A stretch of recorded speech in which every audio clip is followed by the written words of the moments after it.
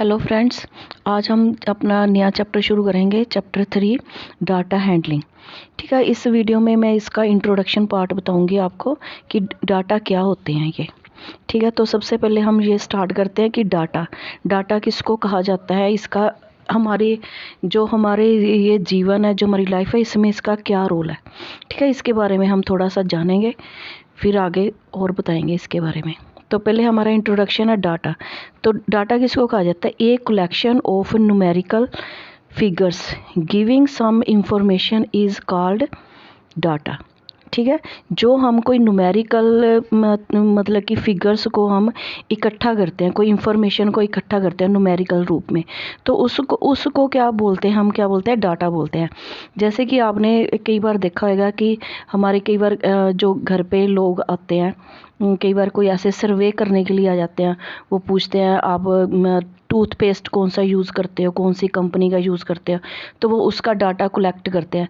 तो ये ऐसे लोग मतलब कि जो डोर टू डोर जाके जो डाटा कलेक्ट करते हैं, उसको मतलब कि अपने न्यूमेरिकल फॉर्म्स में फिगर्स में जो कलेक्शंस होती है, उसको हम क्या बोलते हैं? डाटा बोला जाता है, जो इंफॉर्मेशन हम कलेक्ट करते हैं।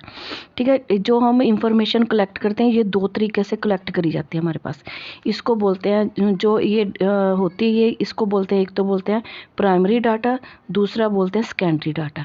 जो प्राइमरी डाटा होता है वो होता है एक इंडिविजुअल आदमी जो खुद जाके डाटा को कलेक्ट करता है अपने जैसे डोर टू डोर जाके कुछ जो सर्वे कर रहे होते हैं, डिपार्टमेंट की तरफ से भेजे जाते हैं, कुछ अपने पर्सनस को भेजा जाता है डाटा को कलेक्ट करने के लिए। जैसे सपोज आपके डोर मतलब कि आता है कोई बीमारी का सर्वे करवाना हो किसी हॉस्पिटल ने या हमारे गवर्नमेंट डिपार्टमेंट में, कि हमारे जो देश में कौन सी बीमारी सबसे ज़्यादा मतलब कि फैल रही है, या लोग उससे ज़्यादा पीड़ित हैं, तो हमें उसके अगेंस्ट कुछ पॉलिसीज़ बनानी चाहिए। ठीक है, जहाँ कोई ऐसी दवाइयाँ लोगों को प्रोवाइड करानी चाहिए जिससे लोगों को ज़्यादा से ज़्यादा उनको बेनिफिट मिल सके। जैसे आजकल ज़्यादा कि शुगर की बीमारी फैल रही है। ठीक है, जो लोगों को बीपी ज़्यादा हाई हो रहा है, मोटापा बढ़ रहा है लोगों के बीच में, तो इस तरह के वो डोर टू डोर जाके वो लोगों से सर्वे करते हैं, पूछते हैं। जैसे कोई आपके घर पे आता है, वो पूछता है किसी को डायबिटीज़ तो नहीं है, किसी का शुगर बीपी ज़्यादा हाई तो नहीं रहता, तो आप इंफॉर्मेशन देते हैं उनको, जी हमारे घर में हाँ एक है, मेरे मम्मी है, या मेरे दादी है, या मेरे नाना जी। तो वो ऐसे पर्सन्स लिख रहते हैं, वो लेडीज़ है ज़्यादा या ज़्यादा जेंट्स है, तो इस तरह से वो उन्होंने एक फॉर्म बनाया होता है, उस पर फिल करते हैं। तो फिर वो डिपार्टमेंट को भेजते हैं। डिपार्टमेंट क्या करता है? उन चीज़ों को देखता है भी क्या मतलब कि किस चीज़ का डाटा जो ज़्यादा बढ़ रहे हैं नंबर्स। ठीक है, डायबिटीज़ के बढ़ रहे हैं या हाई बीपी के बढ़ रहे हैं, तो उसके अकॉर्डिंग वो फिर अपना जो है आगे एक्शन लेती है। सरकार पॉलिसीज़ बनाती है भी इसके लिए हमें ऐसे करना चाहिए। लोगों को हेल्थ के लिए उनको मतलब कि बताने के लिए भी इनको ये करना चाहिए, इससे ये इनकी बीमारी दूर हो सकती है। ठीक है, तो इसी तरह से जैसे मैंने और जो हमारे होते हैं सेकेंडरी डाटा से हम किसको बोलते हैं? जो हम मतलब कि डायरेक्ट सर्वे ना करवा के हम कोई अदर जो हम किसी की न पब्लिश्ड या की न नॉट पब्लिश्ड सोर्सेज से हम इंफॉर्मेशन को कलेक्ट करते हैं। ठीक है, जैसे कि हमारे न्यूज़पेपर आते हैं, हम उसमें से कोई डेली कोई डाटा मतलब कि और अपना लिखने लग जाते हैं। जैसे कि देखते हैं हमारे स्कूल कॉलेजेस कितने नए खुल रहे हैं इस सेशन में। न्यूज़पेपर में आप देखते हो न्यूज़ आती है थी, यहाँ पे न्यू कॉलेज खुल रहा है, या कोई स्कूल खुल रहा है, या कोई अकेडमी खुल रही है। ठीक है, तो इस तरह से आपको इन्फॉर्मेशन मिलती है। वो इन्फॉर्मेशन आपकी ठीक भी हो सकती है, गलत भी हो सकती है। ठीक है, तो इस तरह के जैसे डाटाज हम कलेक्ट करते हैं अदर सोर्सेज से। जैसे आपने टीवी में देखते हो, रोज़ न्यूज़ आती है, आपको नई नई न्यूज़ मिलती हैं। ये स्कूल कॉलेजेस खोले हैं, ये कोर्सेज चल रहे हैं, ये फ़ीस इतनी है। तो इस तरह के जो मतलब कि हम जो जिस अपने डाटास कलेक्ट करते हैं उसको हम बोलते हैं सेकेंडरी डाटास। ठीक है, जैसे कि ये आपके बुक में भी दिया हुआ है, ये एक तरह का बना के डाटास कलेक्ट करा हुआ है किसका, टेम्परेचर का, अलग अलग सिटीज़ का करा हुआ है। जैसे कि अहमदाबाद में जो हमारा मैक्सिमम टेम्परेचर 38 डिग्री सेल्सियस और मिनिमम 29 डिग्री सेल्सियस, अमृतसर में 37 degree Celsius maximum, minimum 26 degree Celsius. ठीक है, बेंगलोर में हमारा 28 डिग्री सेल्सियस मैक्सिमम है और मिनिमम हमारा है 21 डिग्री सेल्सियस।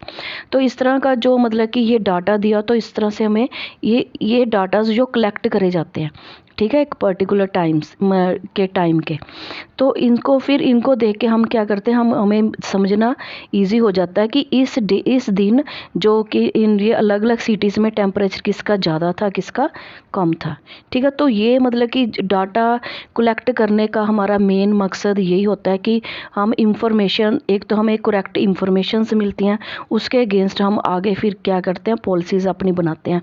कोई जो अलग अलग कंपनीज है उसके अकॉर्डिंग, अपने सेल और परचेज़ के अकॉर्डिंग अपने डाटास को कलेक्ट करती हैं, कौन सा किस कंपनी का प्रोडक्ट ज़्यादा सेल हो रहा है या ख़रीदा जा रहा है, तो उसके अकॉर्डिंग वो कंपनीज वैसे फिर अपनी पॉलिसीज़ को डेवलप करती हैं। तो ये सब चीज़ों के लिए हमें क्या करते हैं, ये डाटा की कलेक्शन करनी पड़ती है। ठीक है, तो कलेक्शन ऑफ डाटा, तो कलेक्शन ऑफ डाटा ये मैंने आपको, ये जब हम किसी मतलब कि डाटा को कलेक्ट करने जाते हैं तो सबसे पहले हमें हमारे मन में एक क्या होता है, एक हमने अपने माइंड में एक सेटअप कर रखा था कि हमें इस चीज़ के बारे में जानना है, तो हमें उसके अगेंस्ट ही डाटा को कलेक्ट करना है। ठीक है, जैसे before collecting the data we need to know what we would use it for. ठीक है, तो पहले हमें ये पता होना चाहिए कि हमने जो डाटा कलेक्ट करने जा रहे हैं वो हमें किस पर्पज़ के लिए यूज़ करना है। ठीक है, give below are the few situations, जैसे कि आप चाहते हो, you want to study the, किस चीज़ की स्टडी करनी है, performance of your class in mathematics.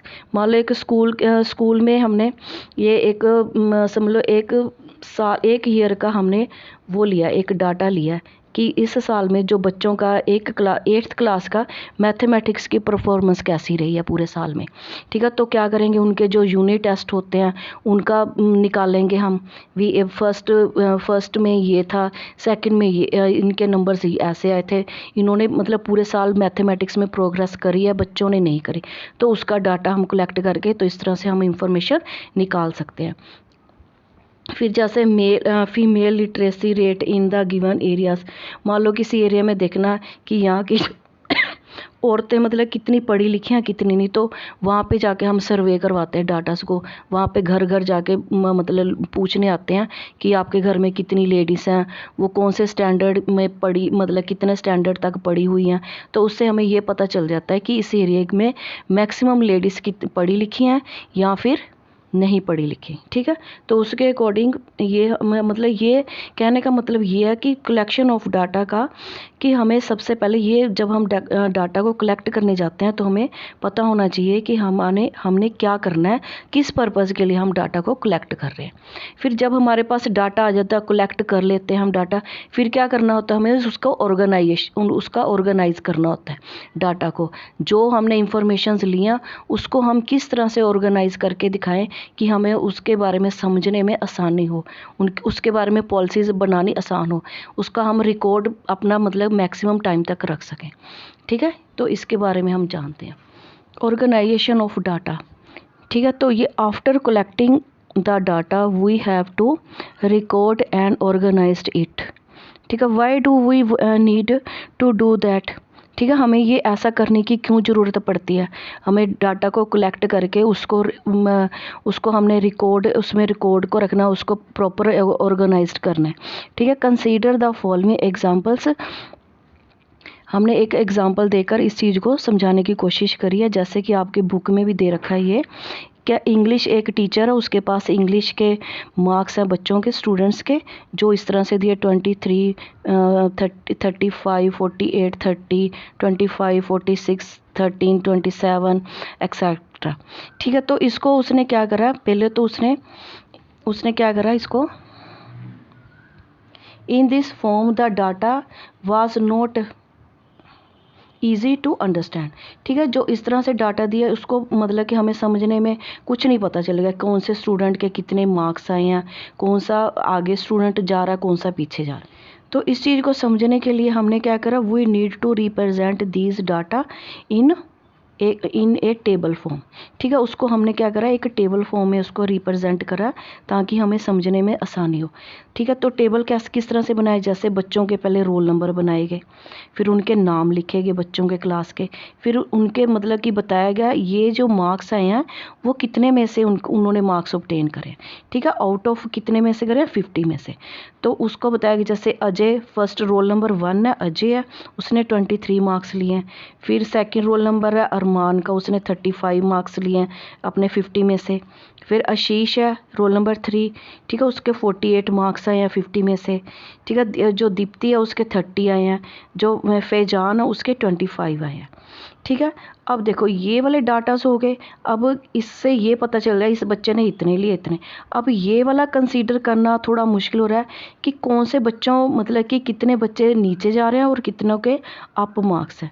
तो इस चीज़ को मतलब कि देखने लिए कितने बच्चों को ज़्यादा मतलब स्टडी की ज़रूरत है, ज़्यादा मेहनत की ज़रूरत है, उनको हम किस तरह से हेल्प करें कि वो भी मार्क्स ज़्यादा से ज़्यादा ऑब्टेन कर सकें। ठीक है, तो फिर उन्होंने टीचर ने क्या करा, उसको इस तरीके से उसको ये सोच के दिमाग में कितने बच्चों को ज़्यादा मेहनत की ज़रूरत है कितने को नहीं। ठीक है, तो उसके अकॉर्डिंग उन्होंने मार्क्स जो लगाने शुरू करे। उन्होंने मार्क्स लगाए, जिसके सबसे ज़्यादा है उसको टॉप नंबर पे रख दिया। ठीक है, जैसे कि ये मैंने कुछ ही बच्चों का लिया, अब मतलब कि ये कुछ का दिखाया कुछ का नहीं दिखाया, मैंने सिर्फ समझाने के लिए बीच में से 5-7 मतलब कि बच्चों को उनके मार्क्स को हमने लिया, ओनली जस्ट समझने के लिए। जैसे आशीष रोल नंबर 3 है उसका, आशीष है उसको उसके आया 50 में से 48 मार्क्स। ठीक है, फिर उससे कम आए हैं उसके अरमान के, उससे कम आए दीप्ति के, उससे कम आए 25 फैजान के, और सबसे कम मार्क्स कितने हैं 23 मार्क्स किसके, अजय के। तो यहाँ से पता चलता है कि ये जो यहाँ से नीचे बच्चे जा रहे हैं वो कितने बच्चे हैं, और या 30 से मतलब ऊपर तक के बच्चे ने कितने मार्क्स लिए। तो इन बच्चों को ज़्यादा मेहनत की ज़रूरत है और कितनों को कम की ज़रूरत है। तो इस तरह से हम मतलब कि डाटास को कलेक्ट करने का हमारा यही मकसद होता है कि हम उसको एक टेबलर, पहले तो हम उसको कलेक्शन करें डाटास की अपने की पॉलिसी के अकॉर्डिंग, जो हमने जिस रिज़ल्ट तक हमने पहुंचना है, फिर उसको क्या करना, हमने एक प्रॉपर ऑर्गेनाइज करके डाटा को एक टेबलर फॉर्म में लेके आना उसको, ताकि हमें उसको समझने में आसानी और उसका अच्छे से हम रिकॉर्ड रख सकें।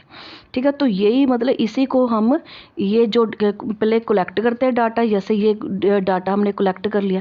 ठीक है, सब बच्चों के हमने इंग्लिश के मार्क्स अपने पास रख लिया, फिर ये किस किस ने कैसे मार्क्स लिए उसको हमने एक टेबलर फॉर्म में बता दिया, ताकि हमें समझने में आसानी हो। क्लास में हमारे जो इंग्लिश का सब्जेक्ट है वो किस तरह से बच्चे उसमें परफॉर्म कर रहे हैं।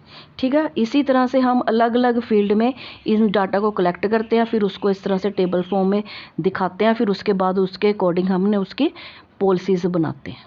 ठीक है, तो अब हम नेक्स्ट वीडियो में हम उसका, ये हमारा हो गया डाटा के बारे में, नेक्स्ट में हम समझेंगे एवरेजेस के बारे में। ठीक है, रिप्रेजेंटेटिव वैल्यूज़ के बारे में।